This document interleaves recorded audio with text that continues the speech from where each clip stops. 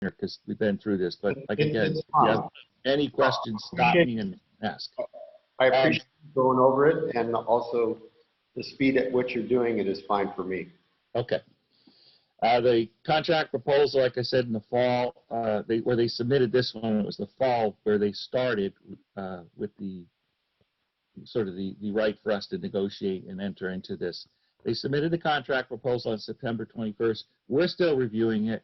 I don't know how many pages. The agreement itself is 70-some pages, and then there's 250 pages of attachment I, which has scope and details and drawings. And so there's a lot of information in here, and we'll be getting some preliminary questions, requests for clarifications, et cetera, off to Ashu over at NG in the next day or so, hopefully later today if we get finalize that. But we're reviewing that. General Counsel has taken a look. We also will continue to have Kenwood Energy take a review of some of the contract provisions. As you know, at the last board meeting, you approved a contract with NHA Financial Advisors, and they will be working with us on the bond financing and pulling that together. And a big part of what we're doing is to review those cost estimates, the scope, the assumptions, and the exclusions. These are critical. While it's essentially a performance-based contract, it says, hey, you owe us X amount of dollars, $53 million to do this construction. There's also monitoring and verification costs in there over the term. And so we need to make sure we fully understand the total compensation of the contract, make sure that Andrew? Yes. What was the total cost? What was the total cost expected? Well, that's part of what we're going to iron out here, but the construction cost is at $53 million, and that's to do the construction. But then there's during the life of the project, there's a monitoring and verification where some of the maintenance will be performed by NG, as well as the monitoring of the energy savings and verification, et cetera. So there's an annual cost for that as well. And that's part of what we want to make sure that we fully understand and calculate and agree with the assumptions in there for that, so that we can package what is the total compensation over the life of the project. And some of that maintenance that they will be doing would be maintenance that we would have otherwise had to do. So there's offsets there, but we do want to make sure that we're looking at it and saying, hey, this project, this is what it's going to cost to construct and maintain over X number of years. Andrew, I have a question. Yes.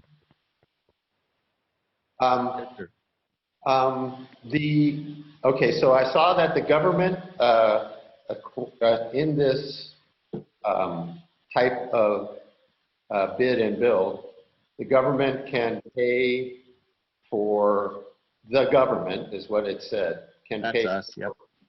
some of the work. My question is, for example,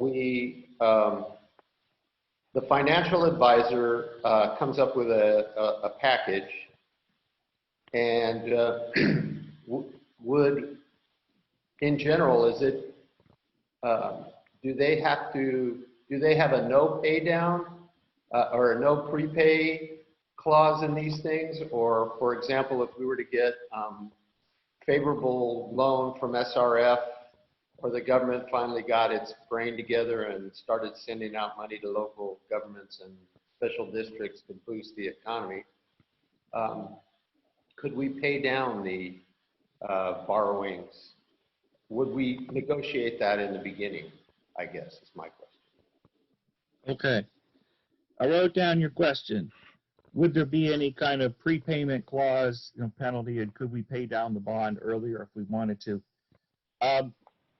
We don't have Aaron and we don't have Justin here today. Just timing wise, they're both off. So I'm going to say on that I'm going to get back to you with a better answer. But my understanding is yes, we should be able to do that, and those are the kinds of things we'll be talking about with our financial advisors. But I just want to add the caveat there that I need to check with my own financial advisor to make sure that I'm saying correctly. But that's a good question, and one that we should absolutely keep in mind to give us the most flexibility as we can. Claire, I don't know if you had anything you might want to add on that one. You're on mute. If we do a bond, we can always refund the bonds, but oftentimes it's if we're talking about prepaying a bond, it's usually, you know, payable twice a year, every year for 30 years, and there's an expectation that it'll continue. But it depends on how we finance this, and that's still not clear. I think that's probably more to come in the future on the information on that. Okay, but a good question that we will keep in mind during those discussions and bring to their attention.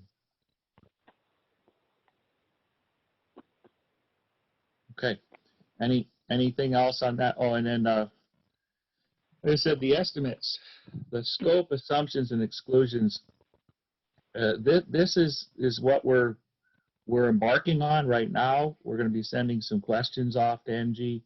We want to make sure that the scope in the document agrees with our understanding, and it's in a form and a format that we can clearly understand and follow. There's assumptions, there's some exclusions in there. We have to take a close look at those, make sure we're in agreement with those exclusions, evaluate what risk they may pose to us, because as this contract, it's the lump sum, you know, build it, NG, and maintain it, and thank you very much, and we work together, but there are some things that are excluded that if they come across, that would be our responsibility. We need to make sure that we have quantified those, quantified the risk, ask for additional clarification if we need to, and perhaps negotiate and discuss some of those. And that could have an impact on the cost, because it could have an impact on, you know, where the risk lies, whether we're pushing it to NG or keeping it ourselves. So those are all the kinds of things that will be in detailed discussions with over the next couple of months. This isn't going to happen just in a couple of weeks. It's a huge project for us. It's complicated, and we need to make sure we get it right. And I believe that NG feels the same way. So I'm confident that we're going to be able to work with them and come up with an agreement that works for everybody. But there's a lot of work to do to get there, and that includes Andrew. Yes, ma'am. What does CEQA stand for again? The California Environmental Quality Act, and that's basically the EIR, the Environmental Impact Report, or in our case, hopefully not to that level, but the early stages, either a neg deck, a mitigated negative deck, initial study. We have to determine exactly what the level of review is. But that's what that is. It's the environmental review.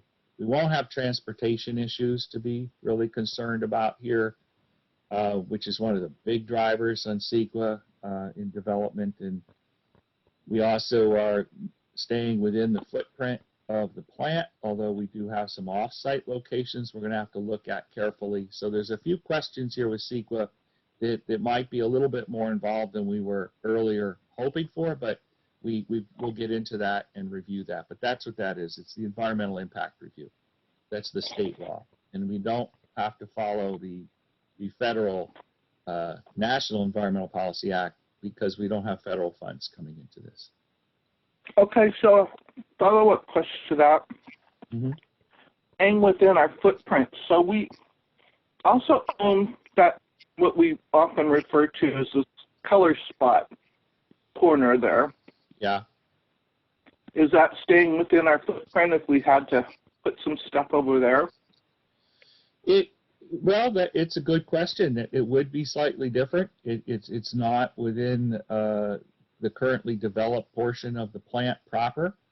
It is a formerly developed property, and but it's not within our current, operation under, disturbed land within our operation. It's not likely we're going to have to do anything over there. Then maybe we're already in a lease with Color Spot for them to utilize that property. And as part of this project, to achieve compliance with the water board order to do something about the capacity of our equalizing basins by moving to the drying of the sludge and having it go off-site, not using the sludge ponds. We're going to gain access to those ponds, and that's the intent, is to utilize those to expand the EQ basin, so we would not have to use or purchase for otherwise use land that we already owned for that purpose. So hopefully not. And that is an important distinction that you just identified there. Okay, so then another question, and I'm trying, tell me if I go out into the weeds. I don't know who owns the property adjacent to us, but have we ever considered that we might need more property in the future? And if so, have we ever made any inquiry about that? And I'm just thinking, you know, whatever we expand to, if we run out of land, if we need some more. Okay. I'm not sure in which direction you're talking about. We actually have access and ownership of a pretty good chunk of land with all those sludge ponds. And if we, move forward with this project, we're actually going to have land available to us that we didn't have available to us before. So I think it unlikely that we'd be in a position where we would need to acquire land for expansion at this point. That being said, there might be little slivers or something here or there that would be possible, I would imagine, but I don't anticipate that. We need to work out our agreements with Republic and the city of Richmond as well on how we handle the sludge and those two big sludge ponds right between Richmond Parkway and the treatment plant admin offices that are currently used by Richmond. At some point, they will probably not be utilizing those. Hopefully, they'll be sending their sludge to our plant where we will be, digesting and drying, or drying anyway. But we'll see. So no, I don't think we're going to need that land. It is something that we will take a look at as part of the preliminary planning process for the Living Levee project, and that whole look for that 5 miles between Republic, Chevron, and across the front of our property is that if this land is available, some of it in the future, how might that play into the long-term levee construction projects? It might be that we have some land available to us now that allow us to rehabilitate some wetlands and or create some protection for the plant along the flanks that we aren't going to be able to achieve with the current half-mile living levee right out in front. So all of those things are going to be looked at, and we're going to look at it, like I said, a little bit more carefully as part of the Living Levee grant and that preliminary planning process. But for our purposes of this project and anything in the near term for activities inside of our footprint, we have enough property and enough land to work with. And I'll ask if Michael had any other thoughts on that. If he thought anything different, I'd like to hear from him, but I believe that to be the case. Okay, thank you. All right. That's where we are. Now, let's see if I can move us to the next one. Okay. Just as a little summary slide, what are we getting from it and some of the specifics. There's the solar arrays at the lift stations, hilltop offices, and the treatment plant site. So this is part of what we need to look at with CEQA. Are we triggering anything in some of these areas, in some of the neighborhoods? There could be different issues of CEQA that might come up when we're in some of these neighborhoods and putting up some panels, et cetera. That's a little bit different than being on the footprint of our treatment plant down in the industrial zone. But those are all things we'll take a look at as part of the CEQA process. Of course, reduced energy consumption is a big part of this. Some major treatment plant upgrades that'll vastly improve the plant reliability. And a real big one is getting us out of the sludge lagoon business. This will greatly reduce our greenhouse, GHC, okay, our greenhouse gas emissions, as well as potentially allow us to have property available for some other protective purposes, as well as expanding the EQ basins. So this is a really, really big one right there.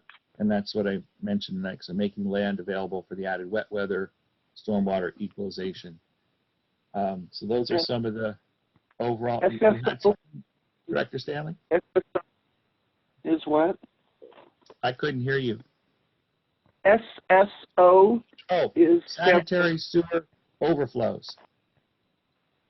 So basically, when we got too much water and the EQ basin overflowed, we're hoping that in wet weather we can have a greater storage capacity. Ultimately, also, tightening up our delivery system so we don't have as much I&I coming into the pipe systems themselves. But that's a much longer term project. Although Michael is well underway with accelerating that program. That'll take a long time to button that up. And in the meantime, we'll expand the equalizing basin, which is so part of the this. right now we have like something approximately 53 million in extra storage. What approximately would be this additional storage? Okay, I am going to ask Michael if he has that off the top of his head. I don't recall exactly how much we were planning to add. I don't recall the exact number. What we did is we planned for a 100-year flood, and I don't remember what that number is, but we can get that number and bring it back. We have it. Okay. We have it. I just don't have it on the top of my head. Yeah. Okay, and when we put solar arrays wherever, if it's on a lift station or office or the treatment plant, are we building in storage capacity? And where my thinking on this is, as we're, my personal belief is that we should have the ability to store as much as a week's worth of needed energy in the case of a disaster, and generating enough power to keep us going if there's a disaster. That's my personal thoughts. Are we building in storage of any kind where we're putting solar arrays? Michael, you want to take that one, or you want me to? You can take it, Andrew. Yeah, thank you. I have to go back and take a look, and I think Ashu could probably answer quickly something like that if we had him engaged in that manner. But I don't know that in general. No, we're certainly not creating storage for a week, and it's a lot greater expense still at the point. Although there's tremendous improvements in battery storage, but that's essentially what would have to happen. If we have an emergency and we lose power, we still are looking at backup generators, which we have at the plant. We're also hopefully going to have a very reliable system with the cogen and generating energy and electricity that way. At these individual stations out at the lift stations, we're still going to need some form of additional backup. At some point, enough power being able to be economically stored in a battery for a period of time to do exactly what you're saying would be a great thing.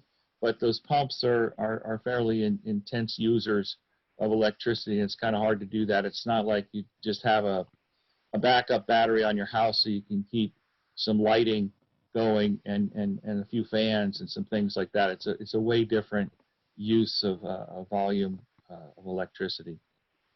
Okay, I understand that, and I also understand, how just in the few years that I've been on the board, technology has changed so much on a lot of things that we're doing in the sanitation business. So I'm just putting it out there to consider.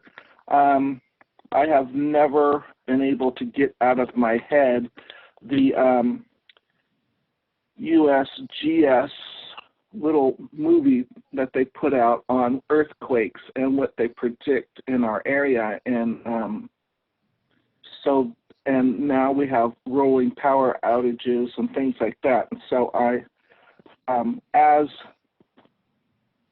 as it becomes the technology changes and becomes more affordable, I'm just asking staff if you could just pay attention and let us know when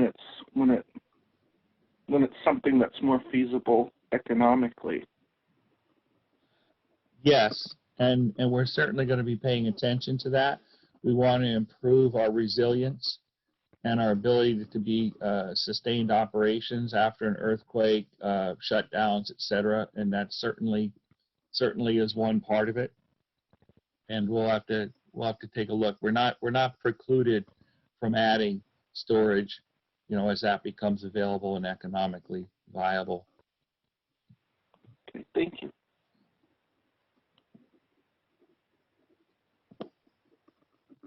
All right, what else we got here?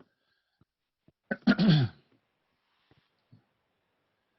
big one here, the thermal drying, the removal of the water content, so that we are, and of course this is the fun part, is the heat is generated and captured from the cogen at no cost to power the dryers. The dryers are being powered with the electricity that's being generated.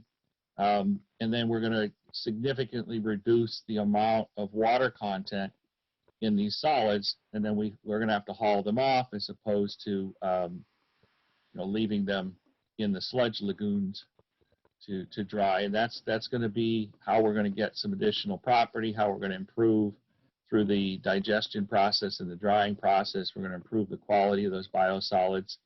And I know this was a question that you had, and maybe we can talk about that right now. We mentioned here the avoided costs and the hauling of the Richmond sludge will create a significant revenue stream and cost offset. True, but we can't. It's a revenue stream and a cost offset, but it's also a cost for us to do it. So we're not looking to have a big money maker there with Richmond by any means. But you had asked a question about the biosolids, and one of the things with this project and what we're going to have to be talking about and looking at the contract to see how it's in there as far as a performance standard or design criteria was ENGIE did make a presentation. They talked to you specifically in May about the end product we'd be generating Class A biosolids, and that's the intent, and that those biosolids have the potential to be land applied, although that can only happen about 6 months of the year. And then so we'd either have to place them in some kind of dry storage, which would be expensive, and then we'd be double handling, or a period of the year they would still be landfilled. But that is what we're looking at, is having the higher quality biosolids that can go off and actually be used to a beneficial use. And if you had further questions on that, you can let me know now, and Michael and I can try to answer them. And if we can't, then we'll get our expert back online soon, and he can answer them for you. All right. Well, I'm going to back up just a little bit. I was looking closely over the diagram that showed where Richmond biosolids come to us, and it appeared that we would be building a little section, I forget what it's called, a cylinder or something, where Richmond's biosolids come to us, and there's one little section that looks like it's only there to deal with Richmond's biosolids in, I forget what the name of the thing is. It starts with a C, where it sounded like they just are rotating their biosolids to get more water out of it, but I'm not sure what I'm talking about. Oh, there we go. So centrifuges. Is that only for them, or oh, I see. So we do go in there, so it's not just for them. Okay. Yeah. You see I'm this. answering. Yeah, you see here. There's a holding tank, and this essentially operates as an equalizer, and that your flows coming in depending on what could be handled at the time. This can hold it briefly, then move it through, or just moving it through. This would be a balancer. But the sludge will be coming in from Richmond. We built in enough capacity. It's not entirely clear that Richmond will want to send those. Richmond has said, in their capital plan, they plan to build some sludge drying, dewatering on their facility, but that's a long way off, and it's questionable whether that really is something they're going to do or not do. So in the interim, at least, and probably in the long haul, they'll be sending their sludge to us, and then we'll have to be entering into a different set of agreements than we currently have with Republic and Richmond and those three-party agreements with leachate going one place and sludge coming back the other. So all of this is going to have to get worked out, but we are, Richmond is aware of what we're up to, and we're aware of what Richmond's planning long-term. And so we're going to continue to discuss with them how to handle this in the short term, which will be the sludge ponds out front at the moment. But then ultimately, we are hoping and expecting that they'll be sending their sludge into our system. And then it just gets treated the same as the rest of them. And then you see the truck down there at the bottom, and it says Class A biosolids. And that's Okay, what we're hoping. so can you explain exactly what a Class A is? Because what I am, you know that I have a farm up north, and the thought, and I'm trying to be really open-minded, but the thought of using biosolids and growing any kind of thing that I'm going to eat is not appealing to me. So, what exactly is Class A used for? Okay.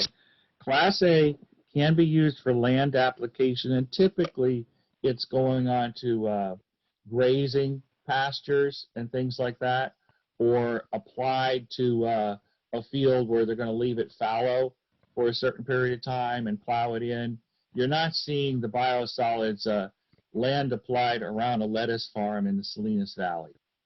There are restrictions, and there are ways that they're going to utilize it.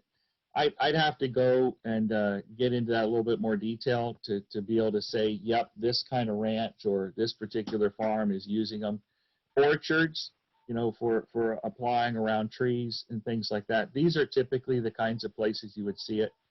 When I grew up in Pennsylvania in dairy farm country, the land application, it was just the manure spreader. I mean, no treatment whatsoever. They just go out there and fling it out across the field. But that's just that's cows and horses. They're not eating meat like us, so it's a whole different game. The difference is, in general, between a Class A and a Class B is how long it's been digested and broken down, and what level of heat treatment has it gone through. So ours, going through our digesters and then sitting out there in the sludge ponds, it breaks down, it digests, a lot of the pathogens are removed, etc. But it won't be to the level that you get with the Class A, where it's a better digestion process, and also the heat treatment through the thermal drying. So it's a safer material, but yeah, it still is a biosolid, and so there are restrictions on where and how it can be used. And it's typically only used, it's not going to be used and applied much in the winter months.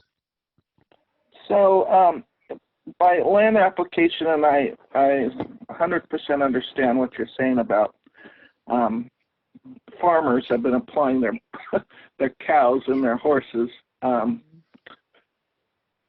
biosolids to the fields forever. When we apply our biosolids to a field, for example, does that bring with it the phosphates and any other beneficial minerals with it, one? And two, does it also bring any metals or PFAS and other things that we might not want to have in our soil? Yes, and those are the concerns, and I can't answer it definitively for you right now. Like I said, we have our biosolids expert not here with us today, but even at that case, I'm not sure Aaron would fully answer. But this is part of the whole biosolids working group, and some others is trying to find ways of what do we need to do, what kind of testing has to happen. What are the requirements? What can be left as a residual in the materials?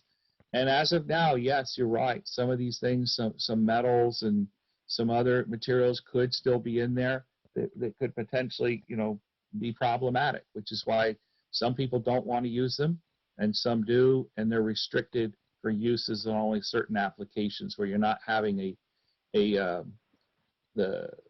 exposure pathway is broken. Like I said, you're not going to spray this and spread it out around your lettuce crop where you're getting it all over the leaves of the lettuce and they're harvesting that and that's coming in. It's going to be something like a forage crop or an orchard or something like that where you're not having that direct exposure pathway to the solids. But if I talk any more on this, I'm going beyond my current level of understanding on the specific question that you have. So I'd like to say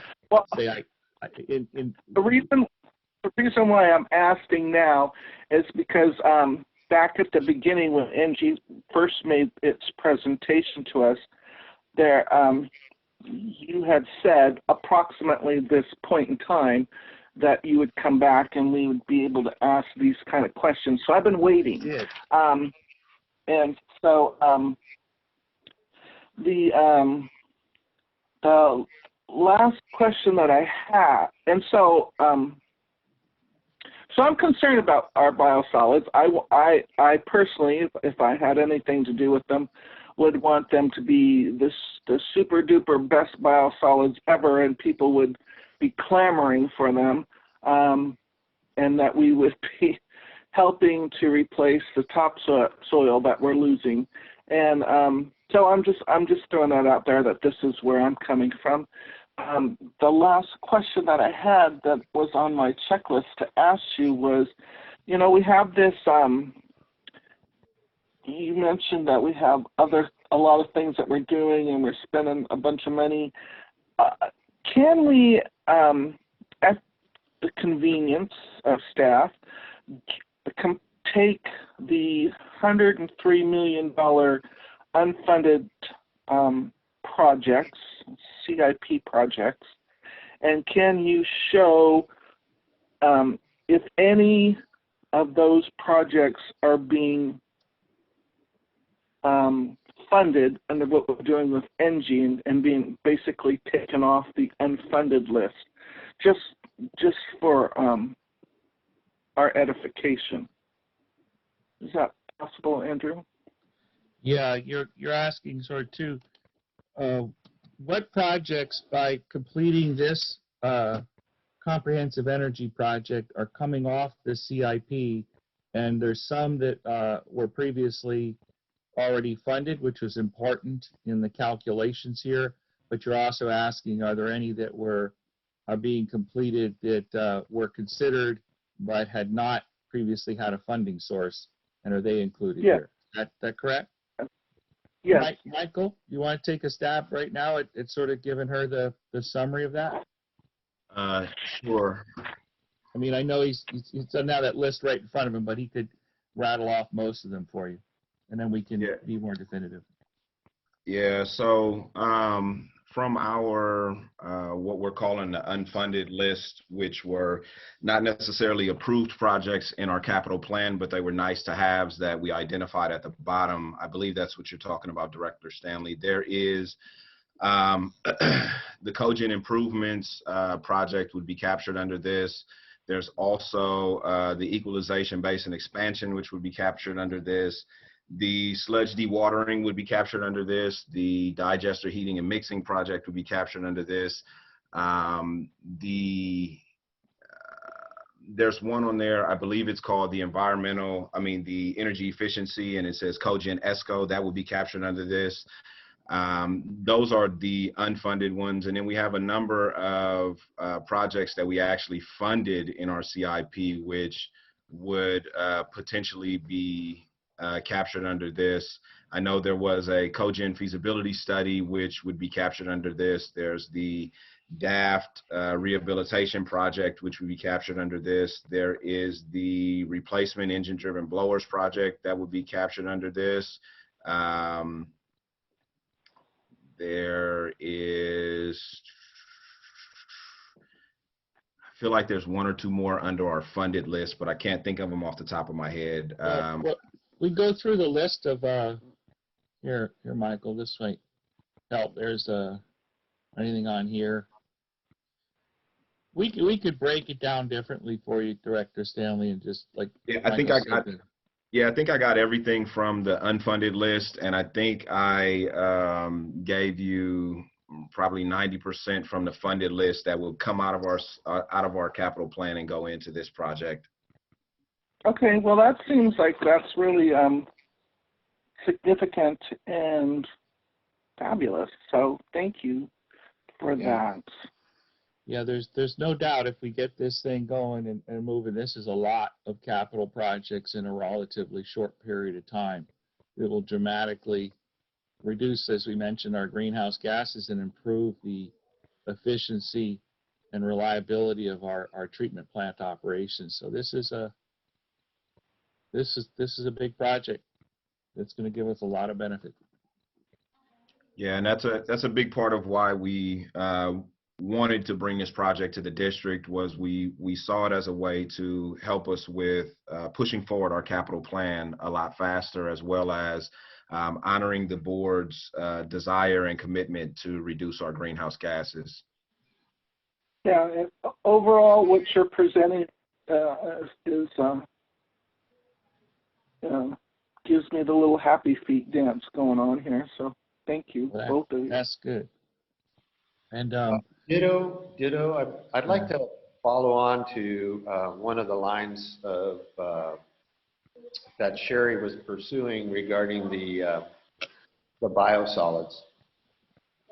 Just like to throw out there, being a biology student, that one of the factors that makes soil different from dirt is the biological factor and biological activity. And it turns out that many plants do not take their sustenance directly from the soil. They take it from the byproducts of the biological animals that live in the soil. And so, for example, heavy metals don't affect some plants because they're not taking up the heavy metals as part of taking up their sustenance. And so it would be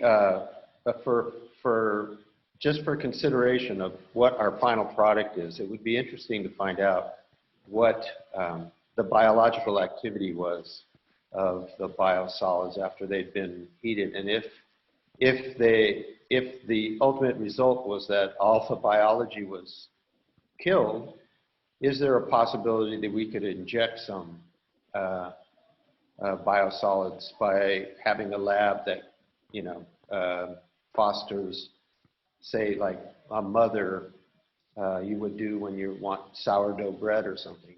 You create a product in the lab that is biosolids that have been fortified with biologics, and then you add it to your biosolid mix. I don't know what that costs or if it's feasible or anything, but it's a way to turn Class A biosolids into something, as Sherry described, that people would be interested in using for their crops, depending on the crop. And so just throwing it out there. Our plant is biological, and it's chemical, and it's engineered, and it's a pretty cool combination of all three of those areas. And so, you know, any opportunity we have to expand any one of those is a good thing. yeah, and appreciate the comment. And as Director Stanley mentioned a few minutes ago, we had said we'd have, you know, more depth of biosolids answers, and we're doing what we can here right now.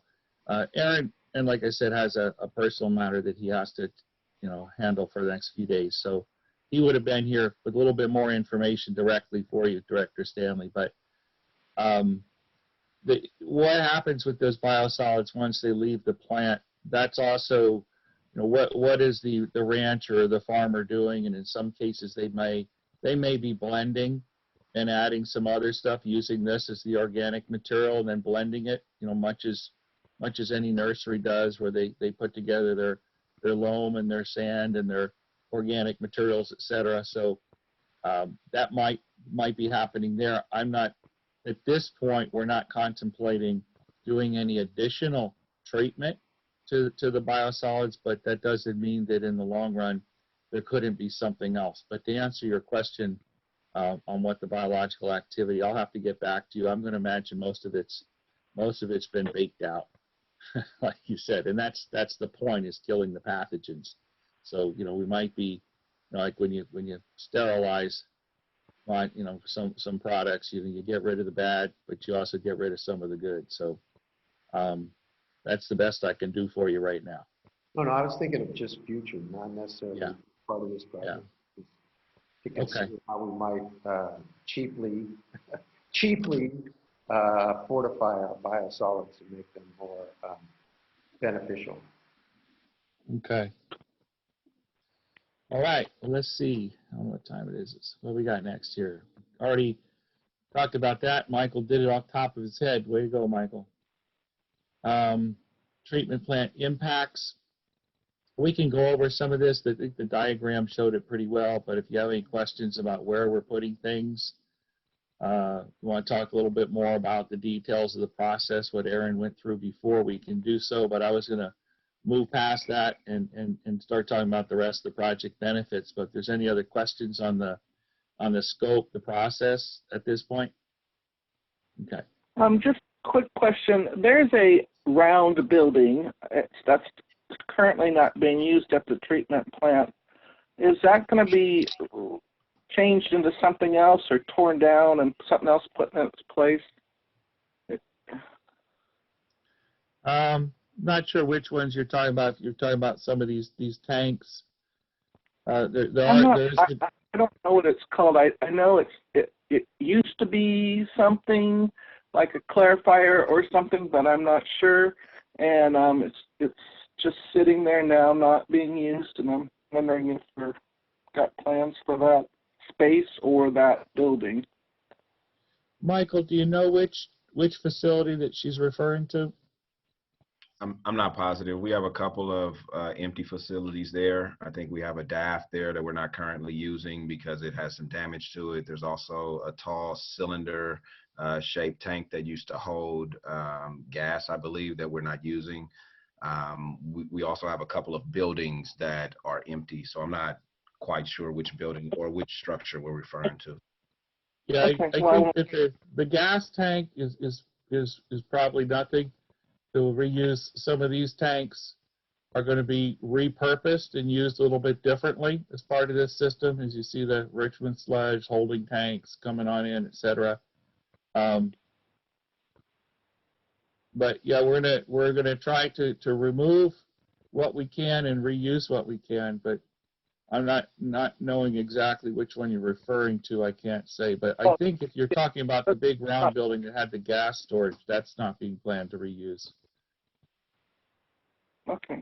And Thank that building actually sits, if you look at the image in front of you, it sits right under the word plant. If you come just below that, you see the red boxes. It's the white circle in the middle of there, which will have, I believe, part of the cogen sitting there. Okay. This one here be gone. So that round thing would be removed then? Here. Yeah, you see the footprint of the thermal drying system and the centrifuges right here. So this has to come out. I think you might have been asking about this structure over here as well. But these will be utilized. And then the new rotary drum thickeners, you'll be going on top of some of these facilities here. But, okay. We mentioned this, accelerating the CIP, reducing the carbon footprint, improved regulatory compliance, higher quality biosolids, but the level of detail you're asking, there's your answer, Director. We're higher quality. That's what we're going to do. Always good with higher quality. Oh, we'll get more information. This is a rather dense slide, the project delivery method. I think, Michael, if you could just maybe spend a minute or two here reminding them of what we're going to do with some resources and resources we're going to have to add to bring on and what this project delivery method is and how it's different from how we've typically done our projects recently? Sure. So what we'll be utilizing here is more of a design build contract than our typical design bid build contract, which essentially takes out the bidding phase, because we've already sort of gone through that process with the procurement of the firm ENGIE when we were awarding the ESCO project.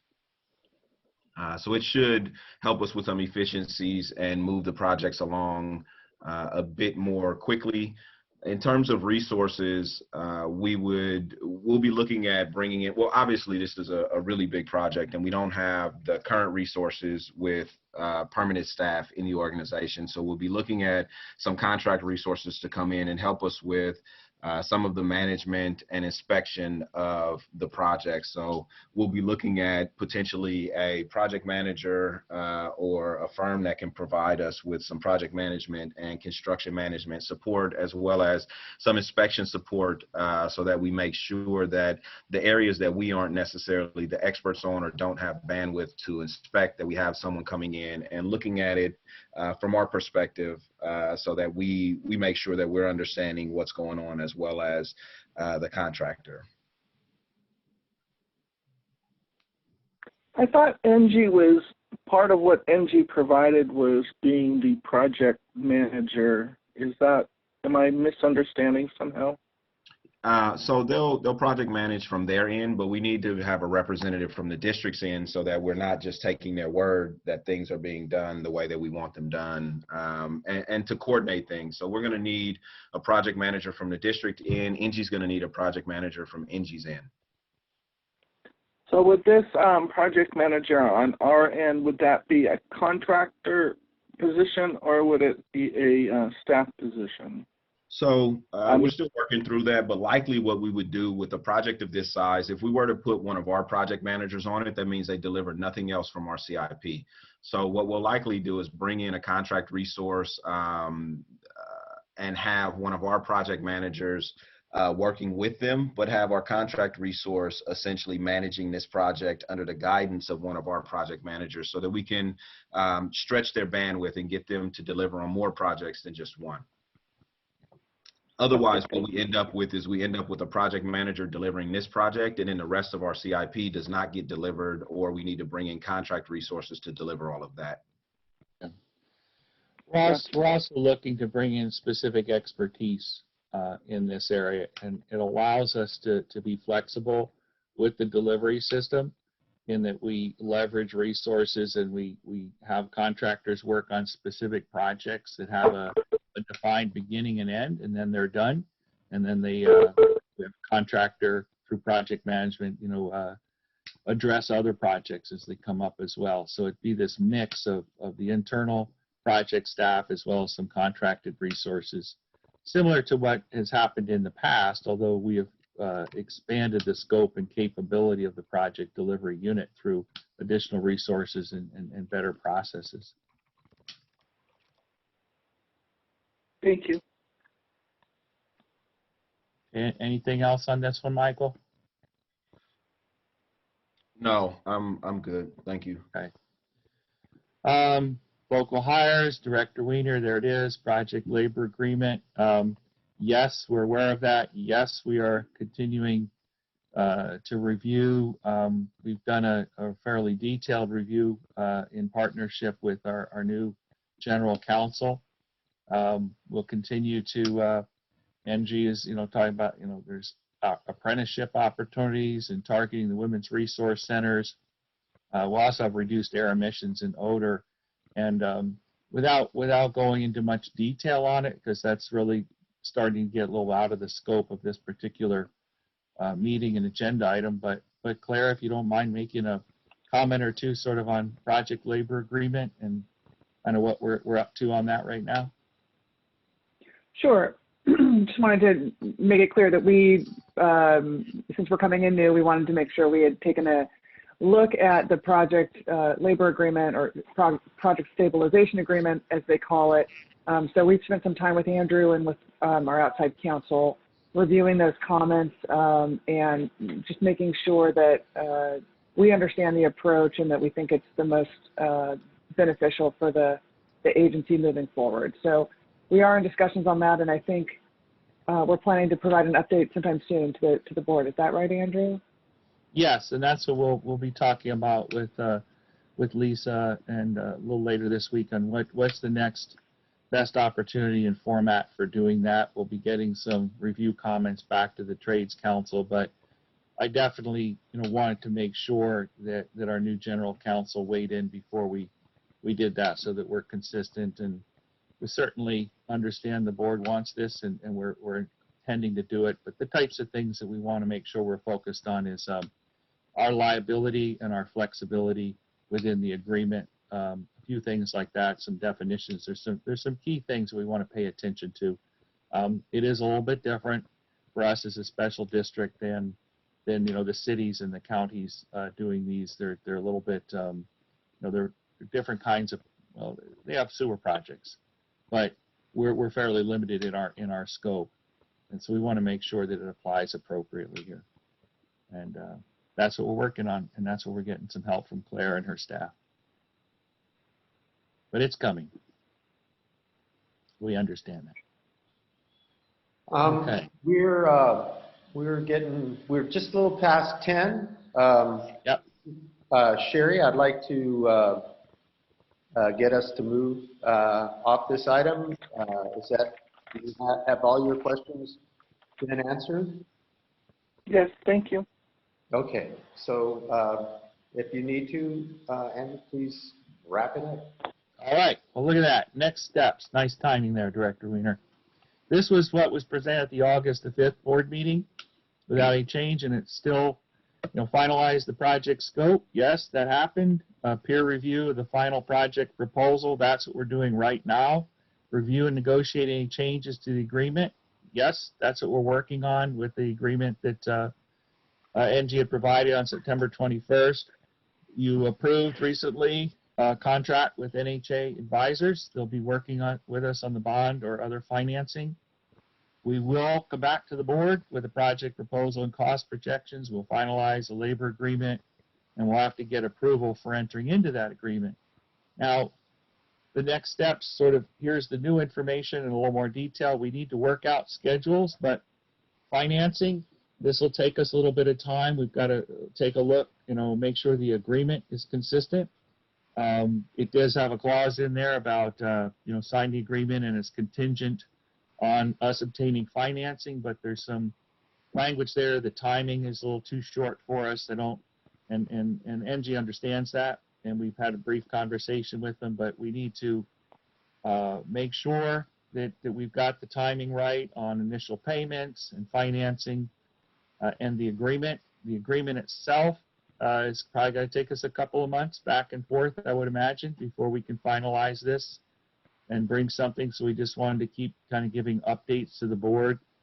The CEQA, as we mentioned earlier, the California Environmental Quality Act, we've been advised by council, and Claire, if you wanted to mention that at all, that really we should clear CEQA before we enter into the agreement.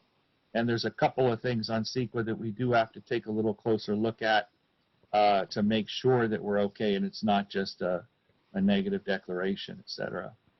So we're talking, we'll be refining this schedule, but really we're talking a few months to get entered into this agreement and to have financing in place, and then perhaps some contingency clauses in the agreement itself as we finalize some things. But if you wanted to add a note or two there, Claire, that would be fine, or just this is where we are. No, that's right. There's a lot in this agreement, and like I said, we're going to get some questions back to NG today or first thing tomorrow, and there's a lot of clarification that we're looking for and some additional information.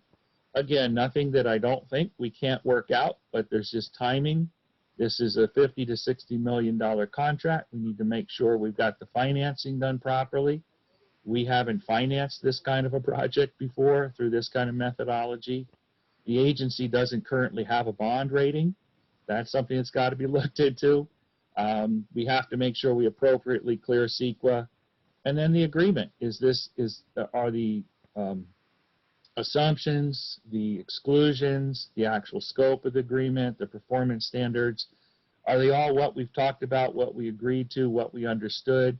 And there could be some things in the agreement in there that we're in complete agreement and understanding with NG, but they just didn't get written that way in the agreement to reflect that. And I think we're finding a few things like that in there, and that we just have to get it right and get it correct. And so we want to do it. NG's eager, wants to get going. So are we, because we're spending a lot of money with our temporary sludge dewatering as well as some other things like that. So we'd love to keep this moving along, but we've got to do it right. And so that's our intent. And so we will come back with a little bit more detailed schedule, but we just wanted to make sure that we had this opportunity here with the committee to review the scope. We're doing the same thing in taking a look at the contract proposals. We've had a couple meetings where we look over the scope, and then the next week we look over the scope again because then we see something else that we missed. It's a complicated project with a lot of detail. The maintenance and operations long-term part, for example, we have to really understand, what will NG be doing? What will we be doing with our own staff? How will we interact? What is the agreement binding us to? And where do we have flexibility and where do we not? And the same for NG as well. And if we do any additional work on our plant, how are we coordinating? They're basically going to be on our plant with their forces doing work, and we're needing to continue to operate the plant. And so all that sequencing is incredibly important. And how do we coordinate with them if we have some other project that we need to do at the same time? So good fences make good neighbors, good agreements make good partners. That's what we're working on. So it's going to take us a little bit, but we're very much committed to it. Michael, is there anything that you wanted to add to that? No, I think we covered just about everything I wanted to discuss. Thank you. Okay. You have any further questions? Director Weiner, Stanley, would be happy to entertain those. I could talk a little bit about more of some of the things we're going to be asking of NG, but I think at this stage I'd prefer to give that to them first and to get in any kind of details on that here in this meeting, other than the sort of the topics that I've mentioned, the types of things that we're looking at. And initially it's mostly a clarification, better understanding of what's going on inside the agreement and the scope, and then we'll have some back and forth with them for a while. Just wanted to say that the reorganization of the district around accelerating our capital projects and putting Michael at the head of that makes this all actually possible. And all of that you were talking about, particularly the last part about how do you keep the plant running at the same time as having this giant project on. I think that having have Michael in charge of a actual department, that is their work is just key to this whole thing. So I'm glad that we did that. And I'm glad that we are actually capable of dealing with something as complex as this. And I think that's a testament to staff. So head on. And thanks a lot. Thank you, Director Weiner. And I would like to echo what you just said there, that what Michael and his staff have done in setting up a project delivery system. And I use those words very carefully because that's what it is. It's a delivery system. It's not just merely managing a particular project and not being aware of what's coming, but it's creating a system that's flexible and sustainable. And that's where that contracted resources that Michael was talking about is building a core of competent, well-trained project managers that are following a process and a procedure, and then being able to expand that rather quickly by plugging in some contracted help that then is following the same procedures under the guidance of the project manager, it allows them to leverage those resources and be able to hit those spikes, deliver projects, and then close those out, and then, you know, bring in another resource when needed.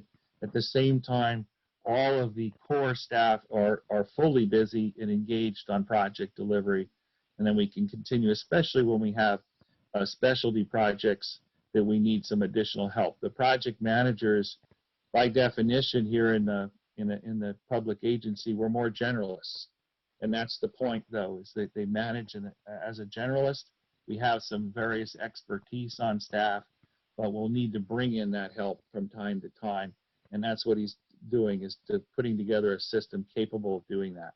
And we're really hopeful that you're going to see some great things coming here in the next couple of years, but it takes time to get that system up and operating and functioning, but it's there. It's set, the foundation is built, and hopefully we're going to be launching off into a lot of work in the next few years. I wanted to mention to Michael, seems like since you got promoted to your position, there's been one emergency after another, and God bless you. I hope that you never feel shy about coming to the board and saying you need more people on your working for you to make sure that you are not being overburdened and burn out on all this. Well, thank you for that.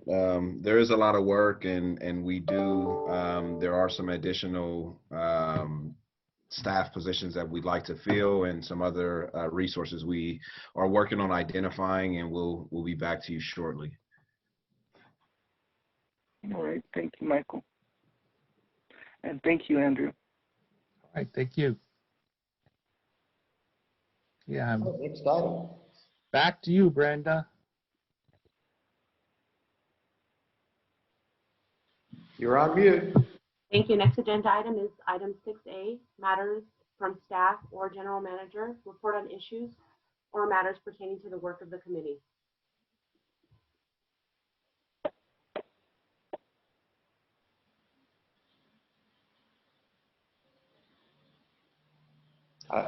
Hearing none. Next item. Thank you. Next item is agenda 7A, matters from members of the committee, reports on issues or matters pertaining to the work of the committee. Director Stanley, do you have any? No, thank you. I have none. Thank you. Next agenda item 7B, future agenda items, committee members' requests for placement of items of interest on a future agenda. Director Stanley? No, I have nothing right now. Thank you. Other than when and if there can be further discussion about biosolids, that would be my only future agenda item, but it's not something that I expect on the next agenda.